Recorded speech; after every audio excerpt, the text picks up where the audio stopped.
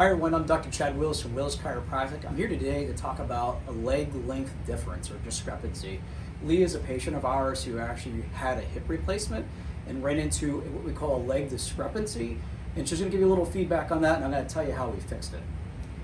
I did all of my standard PT and felt good, except for whenever I went for walks, just simple walks, I felt totally unbalanced.